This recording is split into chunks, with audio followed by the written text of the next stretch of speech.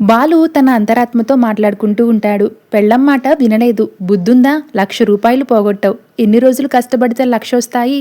ఎంత మంచి పెళ్ళం దొరికింది నీకు. మీ లక్షావతి పెడుతున్న కష్టాలను భరిస్తూ నిన్ను ఎంత బాగా చూసుకుంటుంది. దేవత లాంటి భార్యను పూలలో పెట్టి చూసుకోవాలి. వెళ్ళి మీనాకి క్షమాపణలు చెప్పు, లేకపోతే మనోజ్లాగా అడుక్కు తింటావు అని బాలు తనతో తానే అంటూ ఉంటాడు. కోపంతో బాలు తాగుదామని తెచ్చుకున్న మందు సీసా పగలు కొడతాడు. ఇక తరువాత అయ్యో అనవసరంగా మందు వేస్ట్ చేశానే అని ఫీల్ అవుతూ ఉంటాడు.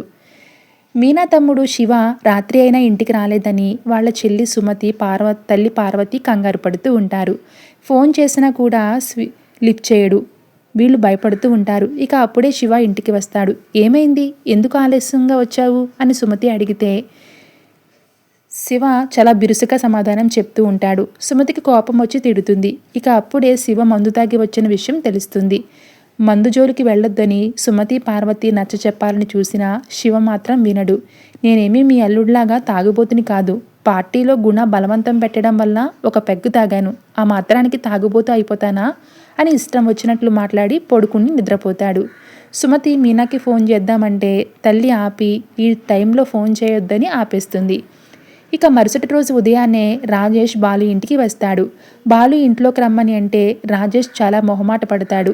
అంతేకాదు తాను చేసిన తప్పుని బాలు మీనా ముందు రాజేష్ ఒప్పుకుంటాడు.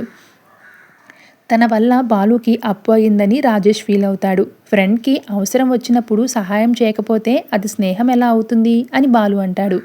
అది స్నేహం కాదు, ఫ్రెండ్ని అప్పుల పాలు చేయడం స్నేహం కాదు. అది అప్పుల పాలు అవ్వకుండా హెచ్చరించడం అసలైన స్నేహం అని మీనా పక్క నుంచి సెటైర్లు వేస్తుంది. కానీ నీకు టైం దొరికిందని మాట్లాడుతున్నావా అని మీనా నోరు బాలు మూయిస్తాడు. అయితే మీనా చెప్పింది కరెక్ట్ అని మాట్లాడతాడు రాజేష్. ఫంక్షన్లో వచ్చిన చదివింపులు మొత్తం ఇచ్చేసి వెళ్ళిపోతాడు. వెళ్తున్న రాజేష్ని మీనా ఆపుతుంది. అన్నయ్య, ఆడపిల్లలకు చదువెందుకు, ట్యూషన్లు ఎందుకు అని ఫీజు కట్టలేదంట కదా.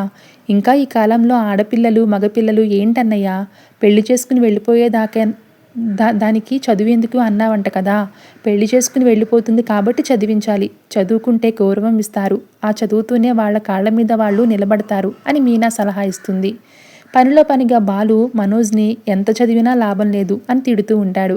అయితే రాజేష్ తన ఆలోచన మార్చుకుని పిల్లలను చదివిస్తాను అని చెప్పి అక్కడి నుంచి వెళ్ళిపోతాడు. రాజేష్ వెళ్ళిపోయాక బాలు మీనా వాదించుకుంటూ ఉంటారు.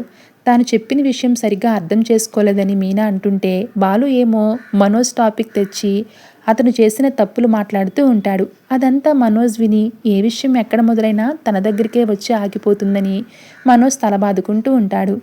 ఇక తర్వాత రాజేష్ ఇచ్చిన డబ్బులు తీసుకెళ్ళి అప్పు కట్టేసి వస్తాను అని బాలు వెళ్ళిపోతాడు. Thanks for watching.